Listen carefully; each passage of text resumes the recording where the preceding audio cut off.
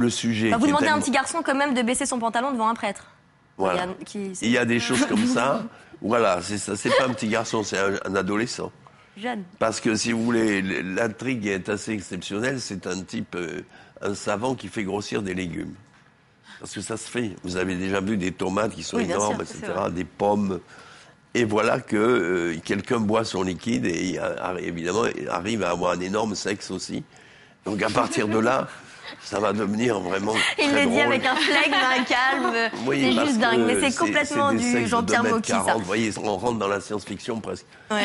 Je voudrais revenir aux acteurs avec lesquels vous avez travaillé. Je le répète, Serrault, Bourvil, Deneuve, Poiré, Boringer et j'en passe.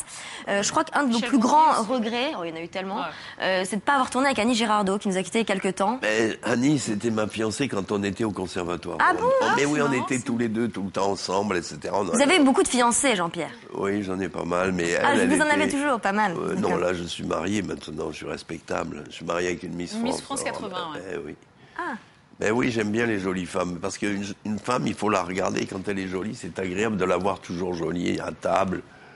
Toute la journée, vous voyez une femme jolie, c'est très agréable. Est-ce que c'est vrai que vous êtes marié à 13 ans, suite à une erreur d'état civil? D'état civil, oui, j'ai 78 ans, et je suis né en 33, et j'ai dû changer d'âge à un moment donné, pendant l'occupation, pour éviter d'être envoyé dans un camp, et finalement, je me suis marié, j'avais 17 ans sur ma carte d'identité, mais en réalité, j'en avais 13. Et il faut dire qu'il y a beaucoup, on ne sait pas, mais il y a beaucoup de petites filles de 12 ans qui ont des enfants. D'ailleurs, je crois qu'il y a eu un reportage là-dessus. Pas en France. En France. Pas beaucoup en France. Il faut aller dans les maternités. Ben, c'est un autre sujet, ça, c'est... Ouais, non, mais... Plus c'est fou. Ça peut arriver, mais Paris, c'est fou. Non, il y en a beaucoup dans d'autres pays, bien évidemment, on le sait, mais en France, moins quand même.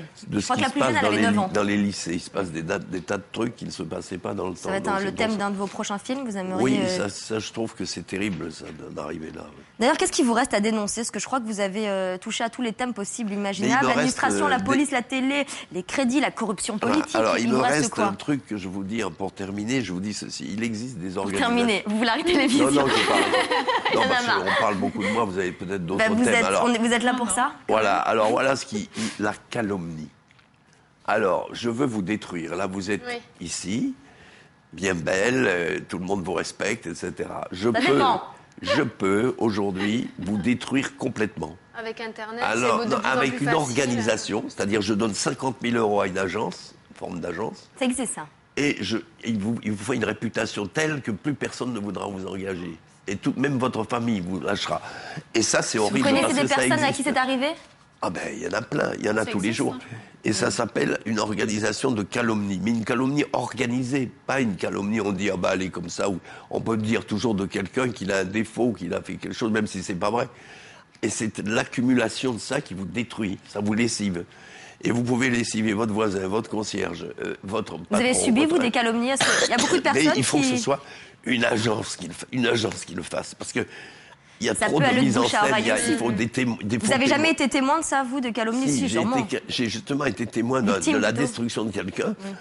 Et finalement, j'étais épouvanté que ça puisse exister. Et ça existe. Et c'est ça que je vais dénoncer. Avec, j'espère, Alain Chabat. Oui, il y aura qui? Alain Chabat dedans? Et cette dénonciation? Il va y avoir beaucoup de monde parce que tout le monde est intéressé par ce sujet. Donc j'espère avoir une dizaine de vedettes là-dedans, parce qu'il y a des femmes aussi là-dedans. Je sais que c'est pas toujours évident avec les acteurs avec lesquels vous tournez. D'ailleurs, si vous avez plus beaucoup de voix aujourd'hui, vous m'avez dit que c'est parce qu'hier vous avez beaucoup crié. J'ai gueulé, je suis voilà. désolé. Alors vous êtes connu pour ça quand même, Jean-Pierre. J'ai gueulé comme vous êtes quelqu'un de dynamique. Au moins avec vous, les films ça avance. Vous êtes capable de faire de bons films en peu de temps, avec peu de budget, contrairement à certains. Il faut toujours avoir beaucoup de poigne quand on fait un film. Alors, il y a des acteurs qui ont beaucoup de caractère aussi, avec lequel ça a été, il y a le plus d'étincelles. On peut se battre. Boringer, avec les mains, non. Vous êtes avec qui? Boringer. J'allais vous en parler. Lui, Boringer, c'est un violent, n'est-ce pas? Il y en a des violents et des pas violents. C'est pour ça que vous tournez plus avec lui? Par exemple, avec lequel j'ai jamais tourné, je suis sûr qu'on se serait engueulé aussi. Gérard, oui. Et Boringer, c'est pour ça, parce qu'il crie sur tous les toits qu'il aimerait bien retourner. Non, il m'a dit qu'il allait tourner avec moi, peut-être. D'accord. Mais si vous voulez, je le connais très bien. Mais c'est un des rares que j'ai pas fait tourner, avec Alain Delon. Avec Alain Delon. Alain Delon, il accepterait, vous pensez? Ben, Delon... Il n'accepterait pas de jouer n'importe quel rôle, déjanté. Non, mais justement, je lui avais demandé de se raser la tête. Il n'a pas voulu. Et je voulais le changer, moi, parce que moi, ce qui m'amuse, c'est de changer. J'ai changé avec Catherine Deneuve. Je l'ai changé. Voilà, ouais. Parce que faire à des acteurs toujours le même rôle, ça m'ennuie, moi. J'ai l'impression de les voir dans un autre film. Alors, s'il y a un type qui joue les braves types, j'en fais un salaud. Si j'y ai un salaud, j'en fais un brave type. Si c'est une femme qui va chez le coiffeur tous les jours, comme Catherine le faisait, quand elle était dans Jour de France avec des cheveux comme les vôtres, eh bien, je lui ai mis une perruque rose bouclée. J'en ai fait une vieille fille qui a plutôt qui se masturbe sur un. Alors, on rendez compte, c'était complètement faux puisque tout le monde voulait avoir Catherine dans son lit et puis elle se retrouvait dans mon film avec personne. Donc c'était ça qui lui a plu d'ailleurs. Ça l'a amusé beaucoup. Eh bien, écoutez, en attendant de revoir, parce que vos films sont aussi en DVD, hein, Catherine Deneuve qui se masturbe sur un canapé. Et ils sortent aussi à la télévision. Ah, d'accord. Dans le câble. Je suis un des rois du câble, parce que l'année dernière, j'ai eu 32 films au câble. Et en attendant, il y a le Toronto. Non, au Desperado. Excusez-moi, je confonds. Le Desperado. En attendant, le Desperado, je vous rappelle, 23 rue des Écoles. Vous pourrez